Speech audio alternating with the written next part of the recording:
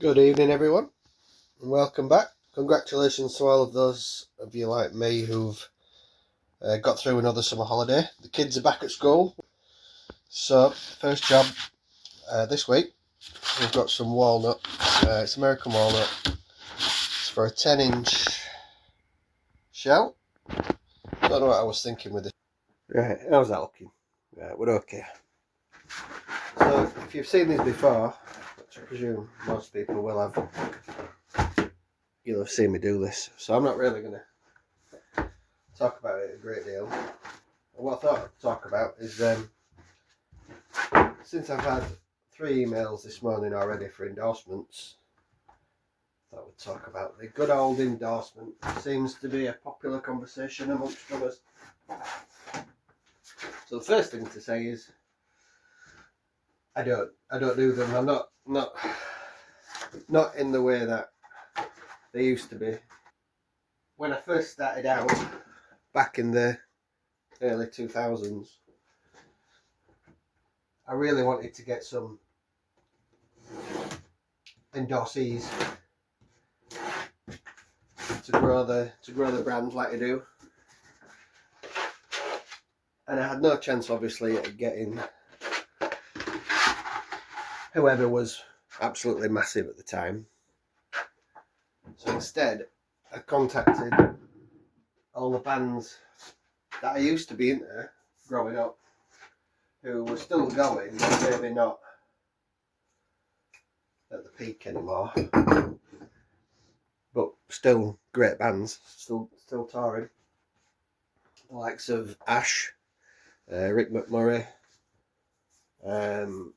Wild Arts, which was Rich Battersby at the time, and that's the one I'll talk about. Oh, by the way, one of the main stories I had on stuff like this was Guns N' Roses, which I've talked about already on one of the episodes earlier on. So if you've not heard that one, find it on my list and have a listen. For some reason, it didn't get the listens that I thought it would. It's Guns N' Roses, for God's sake. They're still massive now, but it didn't. So if you've not heard it, go back. Do me a favour, go back and listen to that one. But basically, long story short, I contacted them, had a chat with Axel's, I don't know, PA, I suppose you'd call him, about making a couple of kits. Arranged to meet the drummer at a gig. It was Frank at the time, Frank Ferreira.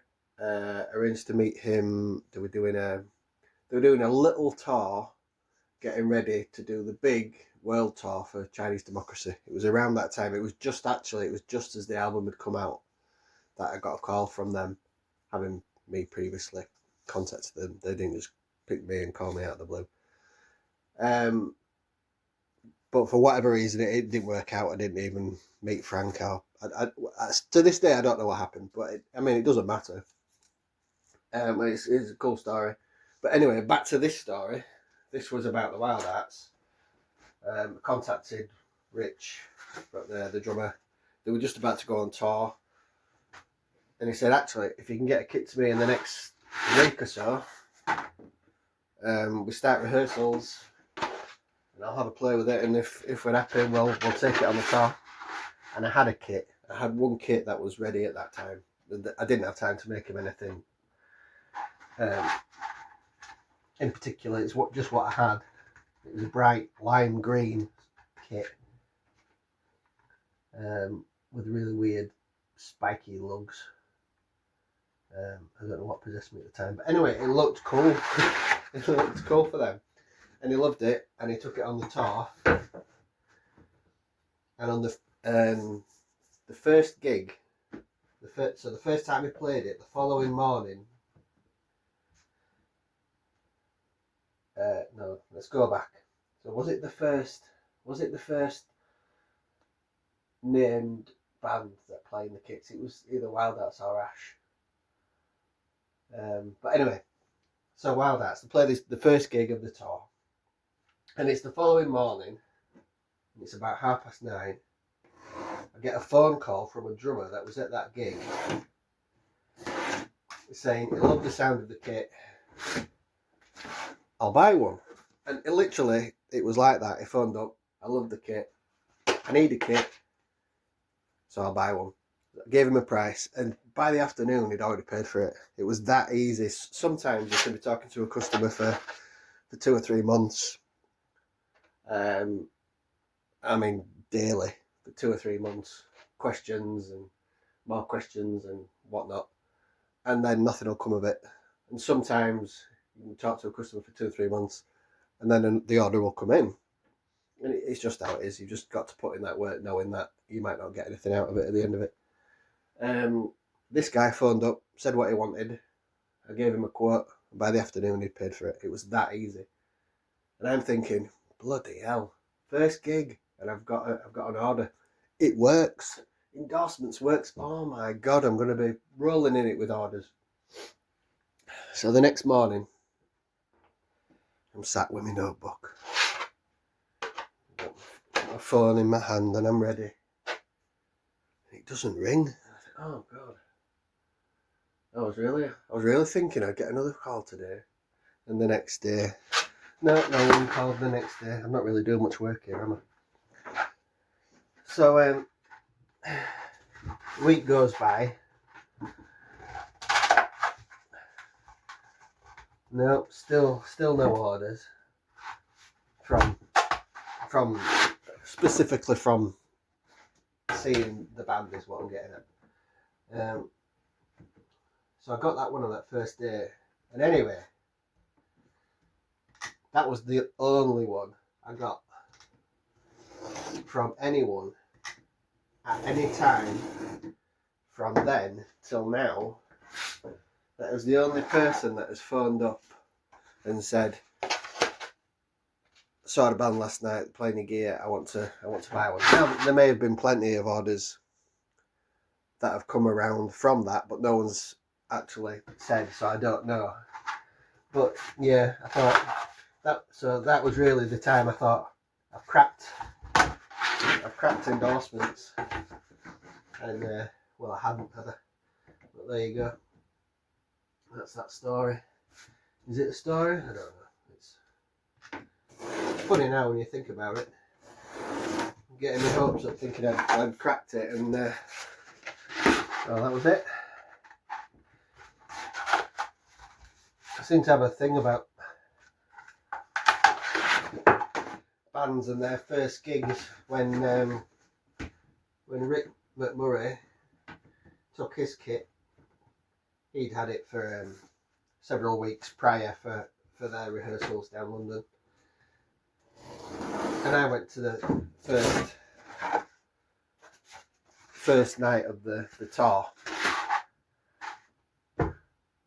It wasn't the first night, it was the second night of the tour, because it was the A to Z thing that they did. And I went to B, so I went to Bradford. Great place. There's a slight adjustment. So yeah, I went to B, and this is actually before I'd even met them in person. I met them after the gig. But halfway through the gig, in between songs, there's some sort of pointing around the bass drum. I'm thinking, oh God, what's happening? And this singer says so. I'm not happy with that first piece, so I'm redoing another piece. But the singer says something. I didn't catch what he says, and the drum tech runs on and it's fiddling with the bass drum, and I'm thinking, oh my God, this is terrible. I basically wanted a hole to open up and swallow me right at that second, because I'm thinking, what's happened? And as it happens, it wasn't anything I'd done wrong. It was just when they'd set the kit up, they'd not tightened the spur, so it come loose and was a bit wobbly, which I don't know if they picked up on the mic or if it was just in the playing of it. So it was sorted in seconds, but right there at that minute, panic stations.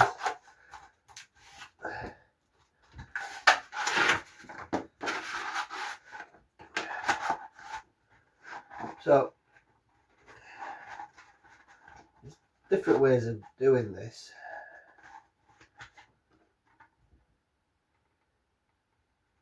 You can, the formula you can use, it tells you what to cut everything, which I can't honestly say I've stuck with that for any length of time. I find the best way to cut all these is individually to suit the mould at the time, because of temperature, moisture. I don't think a fixed dimension is going to be accurate enough. And the only way to guarantee total accuracy, which is what we need, is to lay up these individually like I'm doing and cut them to suit at the time.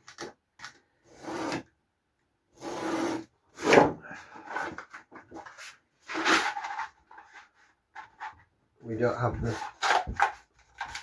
sort of moulds that force everything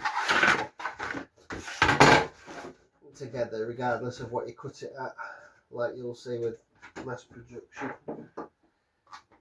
All these rely on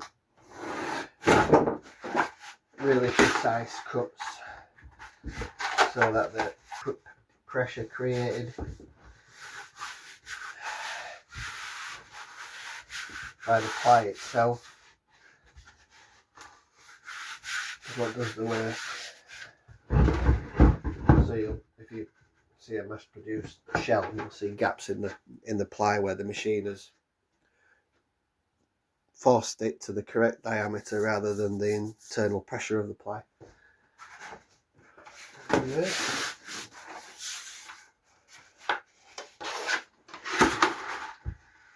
That's number 2. It's a tidy fit. Just not gluing it yet, it just needs a tiny slither. Right, here we are, back on little shells again. This is an 8-inch mould. We're about to put in some maple. So let's get going. We have nice shredded knuckles in time for the weekend. Right. There we go. Bobby Dazzler. Oh. Maple.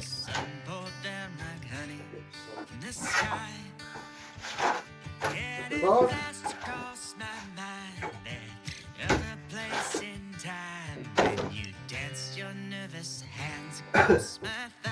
And we're just gonna trim the edge like that, and then measure the end.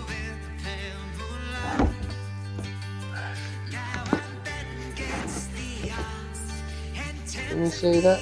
Oh, so.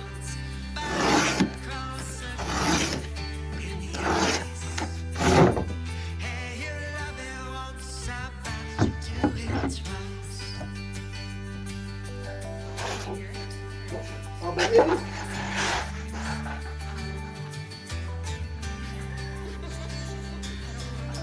Pencil.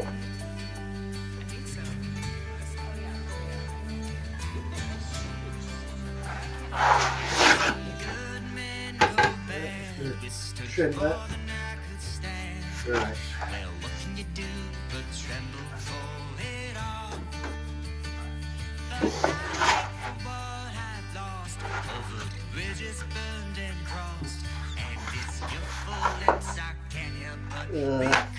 This is quite stiff.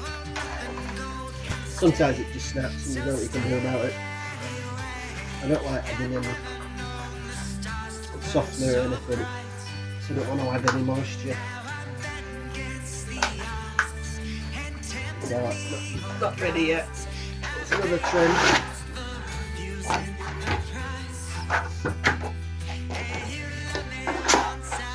it feels.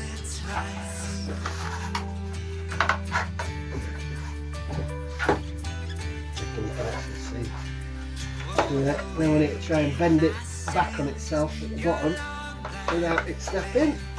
Oh, we're in.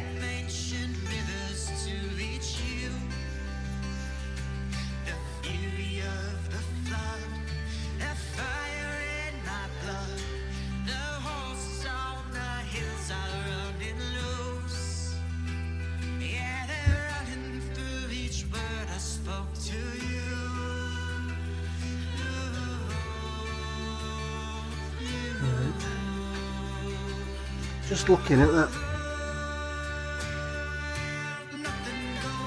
There. A little bit of plaque seems to have broken off as I put it in.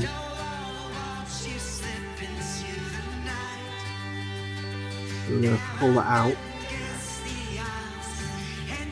And that would become the inner sheet. This will get, by the time we've put in the extra pieces, that'll be too long and that'll need trimming. We'll lose that. And we've got one more shot to get it perfect. Right, we'll get my little goofer in there. Such eventuality.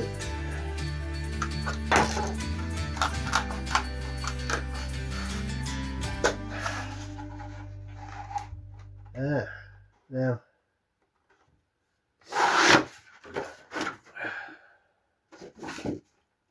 It would actually have been okay. It's on the very inside where a little bit's come away, so you wouldn't have seen that on the outer ply, but you don't really want that anyway, so we'll switch it.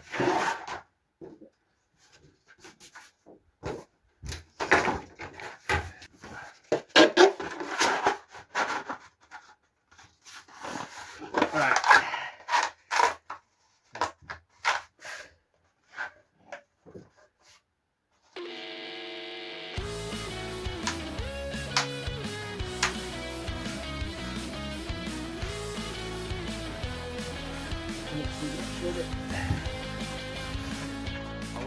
Tiny bit off that.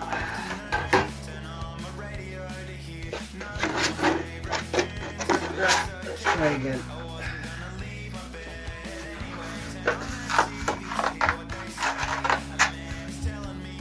We'll get it to there. And then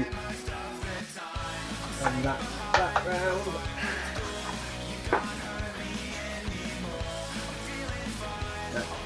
That.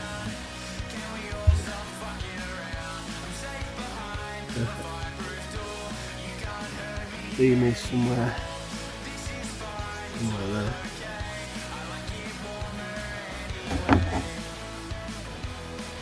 Like this one round. I mean, see these molds are so heavy. This is just an 8-inch.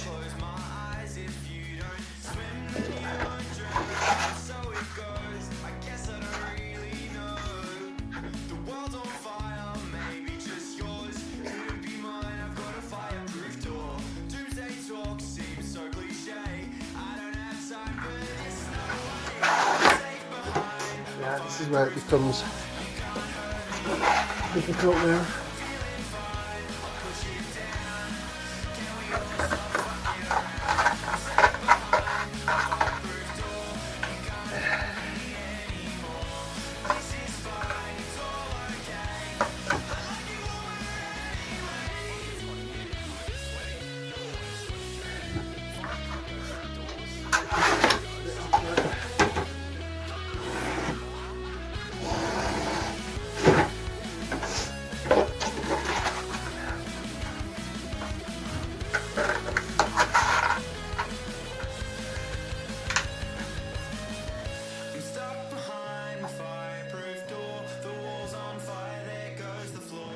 Let that go. I'm going to take it. Yeah, I think it will.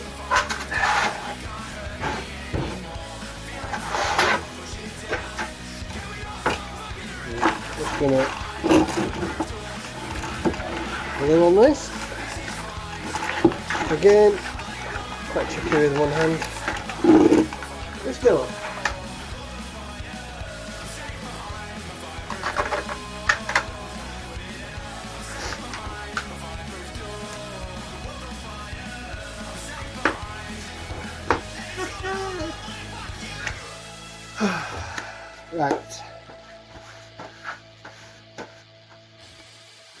go in.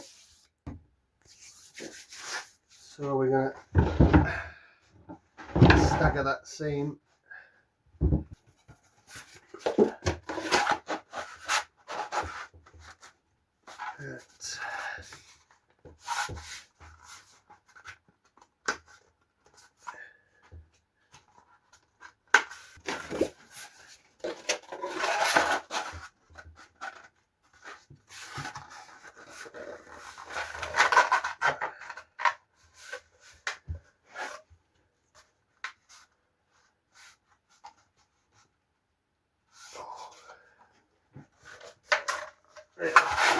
Tiniest slithers, I think.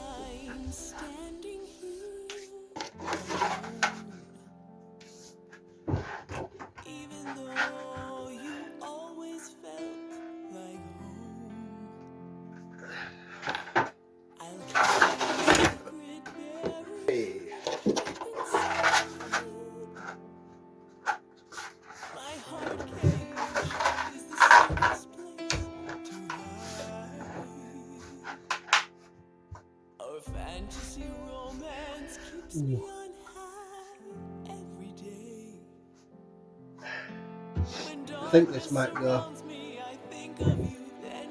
I don't want to do it completely because they're hard to get out. I'm tempted to take the tiniest of slithers off to allow for the glue.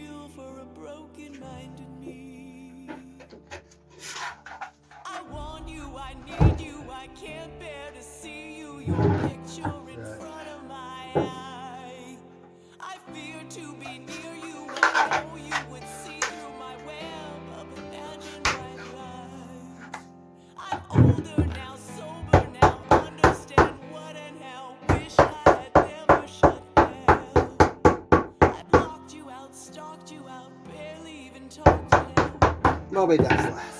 Insane. Right, okay, next job. Next job is making some ply for a oak tom shell. Now I've got some 3-ply already ready to go. I just need to make the face ply.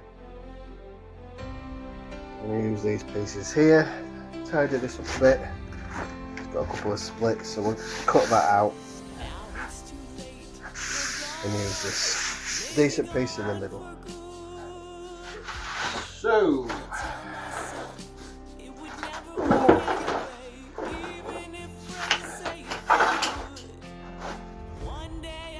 oak is one of those that can be a complete pain in the ass to handle. Because of the grain, of the grain moves like that, it splits really easy. And if you get a little tear in it, it just keeps on going. So I just put a masking on to give it some strength. It's also quite hard to get decent cuts with it.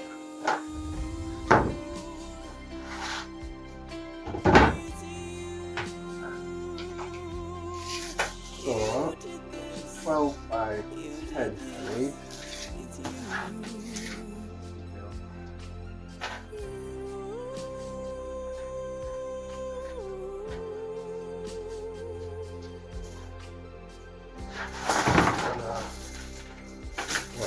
You can see in any of this. 12 by 10, so we're going to roll this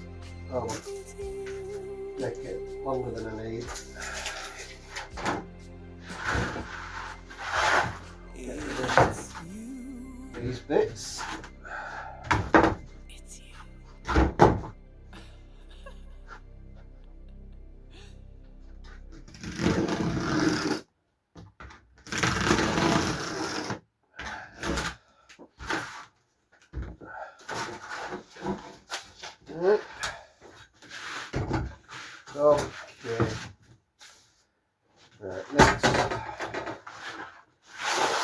job. There's the workbench. I've got obviously well worn, so it needs something smooth underneath it. Tidy up this line, cut straight across.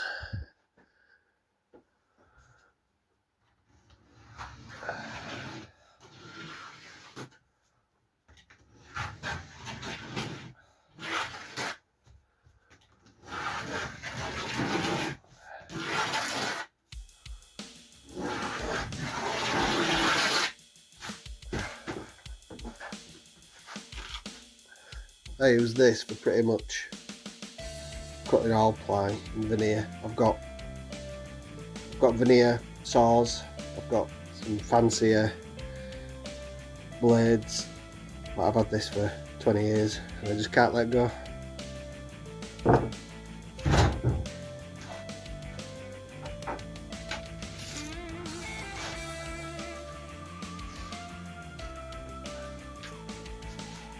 So I'm making a 12 by 10. So we'll do it 12 by 12 and a half.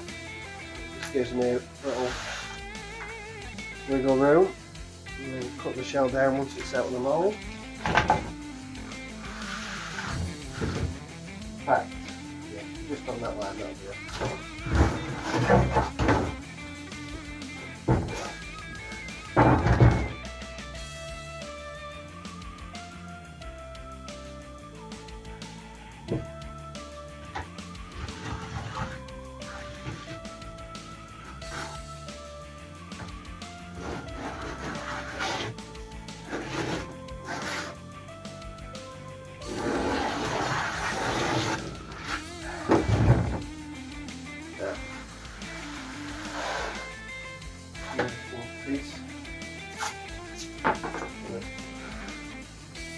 Something like that.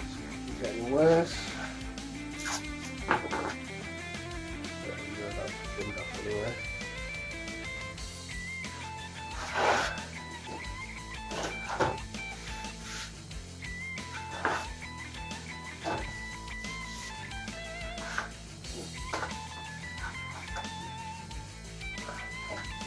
Right, inside.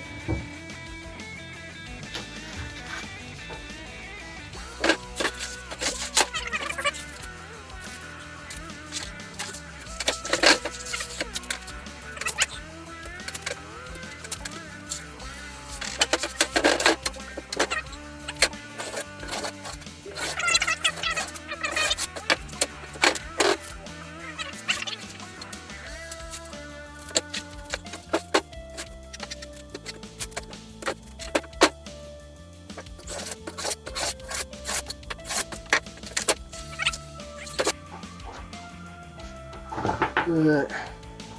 Also, I've got to press some mahogany. This is currently 11 and a half.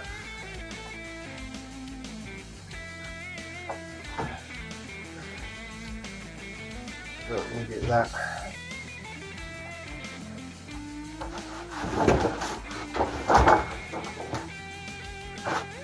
These two.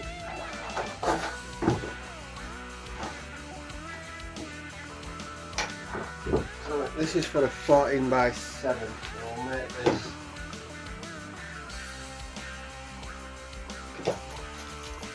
8 and a half.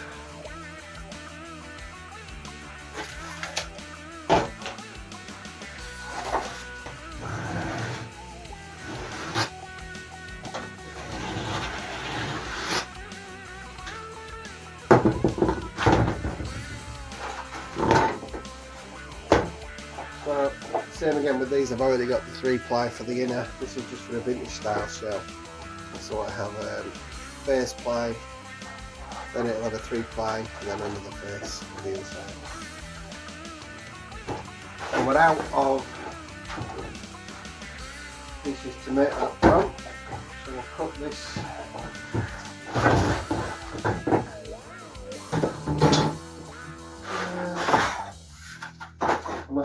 try and learn not to talk in half a sentence.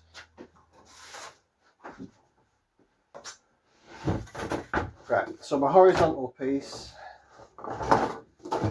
is 8.5, so I need to cut these down to 8.5 and square them off. 8.5.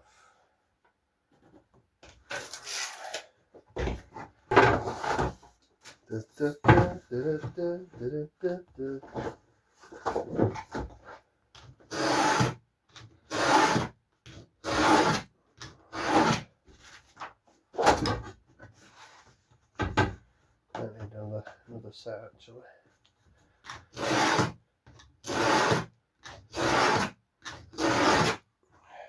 And then we got do one more set.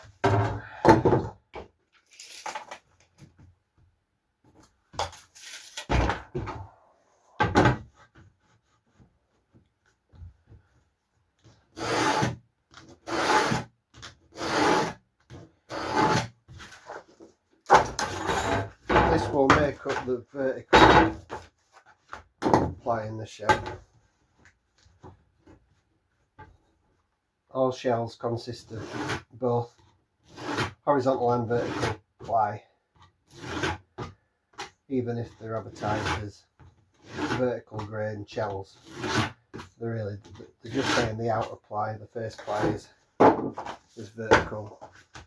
All shells are made up of both horizontal or vertical, otherwise it would just be a floppy mess.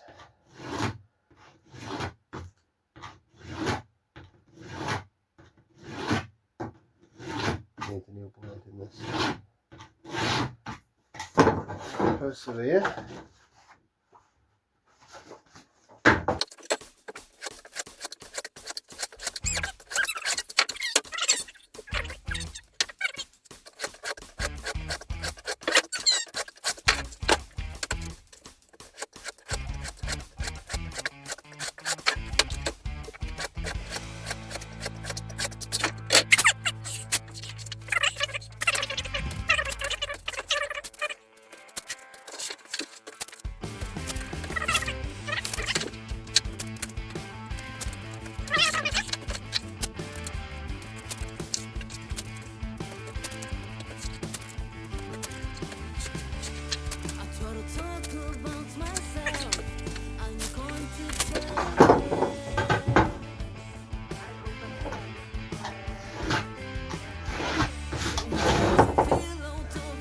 One of each from right. One vertical, one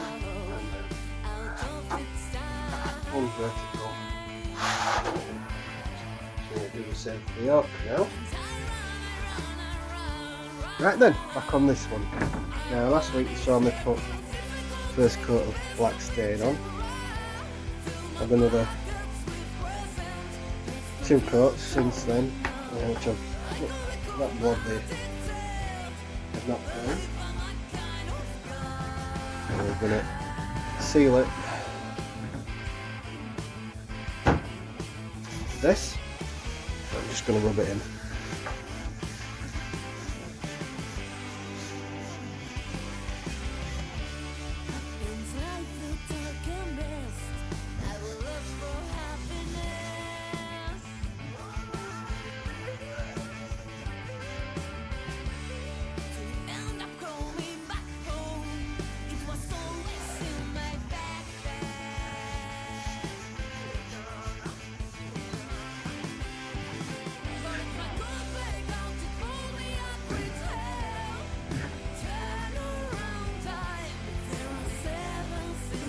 I'm going to leave this to sit now.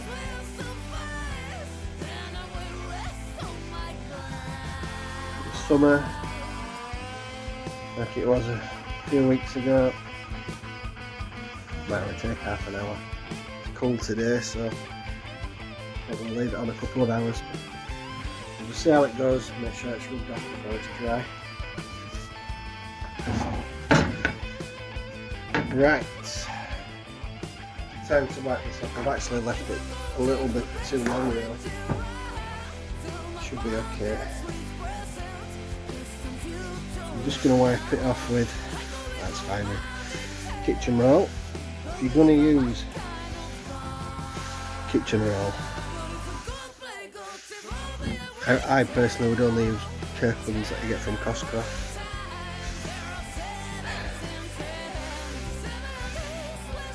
As it holds together and it doesn't leave any bits. You might get the odd little bit to pick off.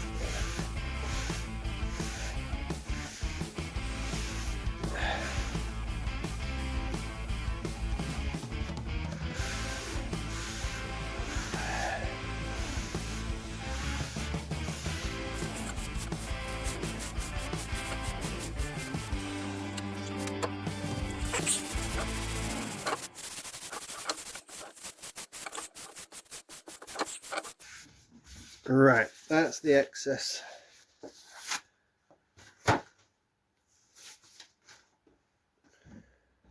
Wiped off.